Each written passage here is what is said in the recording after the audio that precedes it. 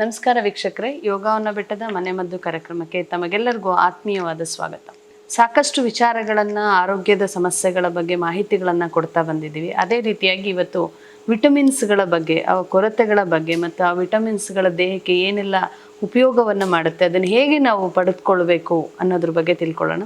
ಸಾಮಾನ್ಯ ನಾವು ಆಹಾರಗಳಲ್ಲಿ ಸಾಕಷ್ಟು ಪೌಷ್ಟಿಕಾಂಶಗಳಿದ್ದರೆ ನಮಗೆ ಕಾಯಿಲೆ ಬರೋದಿಲ್ಲ ಅನ್ನೋದನ್ನ ಇಲ್ಲಿವರೆಗೂ ತಿಳ್ಕೊಂಡಿದ್ದೀವಿ. ಆದರೆ ಯಾವ ಯಾವ ವಿಟಮಿನ್ಸ್ಗಳನ್ನು ನಾವು ಹೆಂಗೆ ಕೊಡೋದು ಅನ್ನೋದ್ರ ಬಗ್ಗೆ ತಿಳ್ಕೊಂಡ್ರೆ ಸಾಕಷ್ಟು ನಿಮಗೆಲ್ಲ ಉಪಯೋಗ ಆಗುತ್ತೆ ಅಂತಲೇ ಹೇಳ್ಬೋದು. ಇವತ್ತು ವಿಟಮಿನ್ ಎ ಬಗ್ಗೆ ನಾವು ಮಾತನಾಡ್ತಾ ಹೋಗೋಣ. ವಿಟಮಿನ್ ಎ ಅನ್ನುವಂಥದ್ದು ನಮಗೆ ಏನಕ್ಕೆ ಬೇಕು, ನಮ್ಮ ದೇಹದಲ್ಲಿ ಯಾವುದನ್ನು ಪೂರೈಕೆ ಮಾಡುತ್ತೆ ಮತ್ತು ಅದು ಇಲ್ಲ ಅಂತ ಹೇಳಿದ್ರೆ ನಮ್ಮ ದೇಹದಲ್ಲಿ ಯಾವೆಲ್ಲ ತೊಂದರೆಗಳು ಬರುತ್ತೆ ಅಂತ ನೋಡ್ತಾ ಹೋಗೋಣ. ಮುಖ್ಯವಾಗಿ ಈ ವಿಟಮಿನ್ ಎ ಅನ್ನೋದು ತುಂಬ ಮುಖ್ಯವಾದಂಥ ವಿಟಮಿನ್ ಆಗಿರುತ್ತೆ ನಮ್ಮ ದೇಹಕ್ಕೆ. ಇದು ನಮ್ಮ ಚರ್ಮದ ಆರೈಕೆಯನ್ನು ಮಾಡೋದಕ್ಕಾಗಲಿ, ದೇಹದಲ್ಲಿರ್ತಕ್ಕಂಥ ನೀರಿನ ಅಂಶದ ಪೂರೈಕೆ ಅಥವಾ ಆರೈಕೆಯನ್ನು ಮಾಡಲಿಕ್ಕಾಗಲಿ, ನರಗಳಲ್ಲಿ ಇರ್ತಕ್ಕಂಥ ಒಂದು ರೀತಿಯ ಚೈತನ್ಯವನ್ನು ಕಾಪಾಡಲಿಕ್ಕೆ ಎಲ್ಲ ರೀತಿಯಲ್ಲೂ ಉಪಯೋಗ ಆಗುವಂಥ ಒಂದು ವಿಟಮಿನ್ ಎ. ಸೊ ಈ ವಿಟಮಿನ್ ಎ ಕೊರತೆ ಆದಾಗ ನಮ್ಮ ದೇಹದಲ್ಲಿ ಆಗ್ತಕ್ಕಂಥ ಸಮಸ್ಯೆಗಳು ಹೇಗೆ ಅದನ್ನು ಗುರುತಿಸ್ಕೊಳ್ಳೋದು ಅಂತ ಹೇಳಿದ್ರೆ, ಮೊದಲನೇದಾಗಿ ದೇಹದಲ್ಲಿ ಚರ್ಮಗಳು ಒಣಗಿರೋ ರೀತಿಯಲ್ಲಿ, ಒಣ ಚರ್ಮ ಅಂತ ಯಾರಿಗೆಲ್ಲ ತೊಂದರೆ ಆಗ್ತಿದೆ ಅವರಿಗೆ ವಿಟಮಿನ್ ಎ ಡೆಫಿಷಿಯನ್ಸಿ ಆಗಿರುತ್ತೆ. ನಂತರ ಕಣ್ಣಿನ ದೃಷ್ಟಿಹೀನತೆ, ಕಣ್ಣಿನಲ್ಲಿ ದೃಷ್ಟಿ ಶಕ್ತಿ ಕಡಿಮೆ ಆಗ್ತಾ ಹೋಗುವಂಥದ್ದು, ಅಥವಾ ಕಣ್ಣಲ್ಲಿ ನೀರು ಬತ್ತದಾಗೆ ಅನಿಸೋದು, ಒಣ ದೃಷ್ಟಿ ಅಂತ ಹೇಳ್ತೀವಿ ಅಥವಾ ಡ್ರೈ ಐ ಅಂತ ಹೇಳ್ತೀವಿ. ಈ ರೀತಿ ಕಣ್ಣಿನಲ್ಲಿ ಕೂಡ ನೀರಿನಂಶದ ಕೊರತೆ ಆಗ್ತಕ್ಕಂಥದ್ದು ವಿಟಮಿನ್ ಎ ಡೆಫಿಷಿಯನ್ಸಿ ಆಗಿರುತ್ತೆ. ತುಟಿಗಳು ಒಣಗ್ತಕ್ಕಂಥದ್ದು ಮತ್ತು ತುಟಿಯ ಚರ್ಮ ಪೀಲ್ ಆಗ್ತಾ ಇರೋದು, ಸುಲಿತಾ ಇರ್ತಕ್ಕಂಥದ್ದು, ಆಗಾಗ ತುಟಿ ಒಣಗಿ ಸ್ಕಿನ್ ಆಚೆಗೆ ಬರ್ತಾ ಇರ್ತದೆ, ಇದು ಕೂಡ ವಿಟಮಿನ್ ಎ ಡೆಫಿಷಿಯನ್ಸಿ ಅದಾಗಿರುತ್ತೆ. ಹಾಗೆ ಚರ್ಮದ ಕಾಯಿಲೆಗಳಾದಂಥ ಎಕ್ಸಿಮಾ ಅಥವಾ ಗಜಕರ್ಣ ಈ ರೀತಿ ತೊಂದರೆಗಳಾಗೋದು, ಮೊಡವೆಗಳು ಬರ್ತಕ್ಕಂಥದ್ದು, ಇದು ಒಂದು ರೀತಿ ಚರ್ಮದ ಸಮಸ್ಯೆನೇ ಆಗಿರುತ್ತೆ. ಕಲೆಗಳು ಉಳಿಯುವಂಥದ್ದು ಇರ್ಬೋದು. ಮತ್ತು ದೀರ್ಘಾವಧಿ ಗಾಯಗಳು ಮಾಯದೇ ಇರುವಂಥದ್ದು, ಯಾವ್ದಾದ್ರು ಒಂದು ಗಾಯ ಆದರೆ ಮಾಯೋದಿಲ್ಲ, ಆ ರೀತಿ ತೊಂದರೆ ಆಗಬಹುದು. ಮತ್ತು ಥ್ರೋಟ್ ಇನ್ಫೆಕ್ಷನ್, ಆಗಾಗ ಗಂಟ್ಲಲ್ಲಿ ಇನ್ಫೆಕ್ಷನ್ಸ್, ಗಂಟ್ಲಲ್ಲಿ ಹುಣ್ಣುಗಳಾಗೋದು, ಬಾಯಲ್ಲಿ ಹುಣ್ಣುಗಳಾಗುವಂಥದ್ದು, ಚೆಸ್ಟ್ ಇನ್ಫೆಕ್ಷನ್ಸ್, ಡ್ರೈ ಕಾಫ್ ಬರೋದು, ಈ ರೀತಿ ದೇಹ ಒಣಗೋದ್ರಿಂದ ಕೂಡ ನಿಮಗೆ ಸಮಸ್ಯೆ ಆಗ್ತಿರುತ್ತೆ. ಮತ್ತು ಮಕ್ಕಳ ಬೆಳವಣಿಗೆಯಲ್ಲಿ ಕುಂಠಿತವನ್ನು ಮಾಡಬಹುದು. ಬೆಳವಣಿಗೆ ಸರಿಯಾದ ರೀತಿ ಆಗದೇ ಇರೋದಕ್ಕೆ ಕೂಡ ವಿಟಮಿನ್ ಎ ಡೆಫಿಷಿಯನ್ಸಿ ಕಾರಣ ಆಗಿರುತ್ತೆ. ಮತ್ತು ಹೆಣ್ಣು ಮಕ್ಕಳಲ್ಲಿ ಬಂಜೆತನಕ್ಕೆ ಕೂಡ ಇದು ಕಾರಣ ಆಗ್ತದೆ. ಯಾವಾಗ ಹೆಣ್ಣು ಮಕ್ಕಳಲ್ಲಿ ವಿಟಮಿನ್ ಎ ಕೊರತೆ ಆಗುತ್ತೋ ಅವರಿಗೆ ಇನ್ಫರ್ಟಿಲಿಟಿ, ಬಂಜೆತನಕ್ಕೆ ಕೂಡ ಇದು ಕಾರಣ ಆಗುತ್ತೆ. ಆರೋಗ್ಯವಂತ ಮಗುವನ್ನು ಪಡೆಯೋದ್ರಲ್ಲಿ ತಾಯಿ ಫೇಲ್ಯೂರನ್ನು ಕಾಣಬೇಕಾಗತ್ತೆ. ಇದಿಷ್ಟೆಲ್ಲ ಸಮಸ್ಯೆಗಳು ವಿಟಮಿನ್ ಎ ಕೊರತೆಯಿಂದ ಆಗುತ್ತೆ.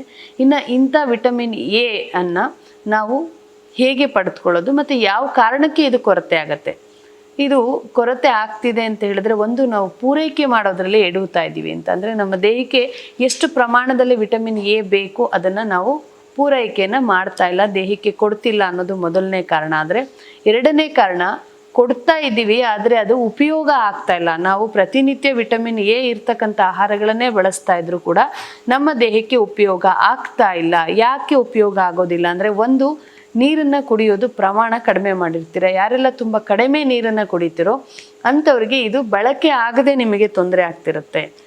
ಮತ್ತೊಂದು ಸಮಸ್ಯೆ ಅಂತ ಹೇಳಿದ್ರೆ ಲಿವರ್ ಡಿಸಾರ್ಡರ್ಸ್, ನಿಮ್ಮ ಯಕೃತ್ ನಿಮಗೆ ಸ್ಪಂದಿಸ್ತಾ ಇಲ್ಲ, ಯಕೃತ್ತಲ್ಲಿ ಶಕ್ತಿ ಕಡಿಮೆ ಆಗಿದೆ, ಯಕೃತ್ನ ಸಮಸ್ಯೆಗಳಿದ್ದಾಗಲೂ ಕೂಡ ಈ ಒಂದು ವಿಟಮಿನ್ ಎ ಡೆಫಿಷಿಯನ್ಸಿಯ ಸಮಸ್ಯೆಗಳು ನಿಮಗೆ ಕಾಡ್ತಾ ಹೋಗುತ್ತೆ. ಇನ್ನು ಈ ವಿಟಮಿನ್ ಡೆಫಿಷಿಯನ್ಸಿ ನಿಮಗೆ ತೊಂದರೆ ಆಗಬಾರ್ದು ಅಂದರೆ ಯಾವೆಲ್ಲ ಆಹಾರಗಳಲ್ಲಿ ಇದು ಸಿಗುತ್ತೆ, ಯಾವುದರಿಂದ ನಾವು ಪಡೆದುಕೊಳ್ಬೋದು ಅಂತ.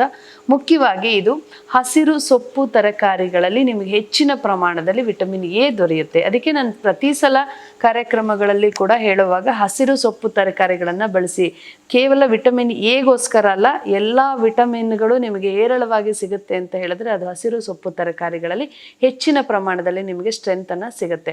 ಸೊ ಹಾಗಾಗಿ ಪ್ರತಿನಿತ್ಯ ನಿಮ್ಮ ಪ್ರತಿ ಆಹಾರದಲ್ಲೂ ಕೂಡ ಹಸಿರು ಸೊಪ್ಪು ತರಕಾರಿಗಳನ್ನು ಬಳಕೆ ಮಾಡೋದ್ರಿಂದ ವಿಟಮಿನ್ ಎ ಪೂರೈಕೆಯನ್ನು ಮಾಡಿಕೊಳ್ಬಹುದು.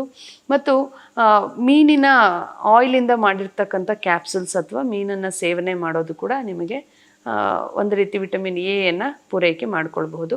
ಇನ್ನು ಹಣ್ಣುಗಳಲ್ಲಿ ಯೆಲ್ಲೋ ಬಣ್ಣದ ಅಂದರೆ ಅರಿಶಿನ ಬಣ್ಣದ ತರಕಾರಿ ಮತ್ತು ಹಣ್ಣು ಕೂಡ ನಿಮಗೆ ಉತ್ತಮವಾದಂಥ ವಿಟಮಿನ್ ಎಯನ್ನು ಕೊಡ್ತಾ ಬರುತ್ತೆ. ಇದರಲ್ಲಿ ಮ್ಯಾಂಗೋ, ಮಾವಿನ ಹಣ್ಣಲ್ಲಿ ತುಂಬ ಉತ್ತಮವಾದ ವಿಟಮಿನ್ ಎ ಇದೆ.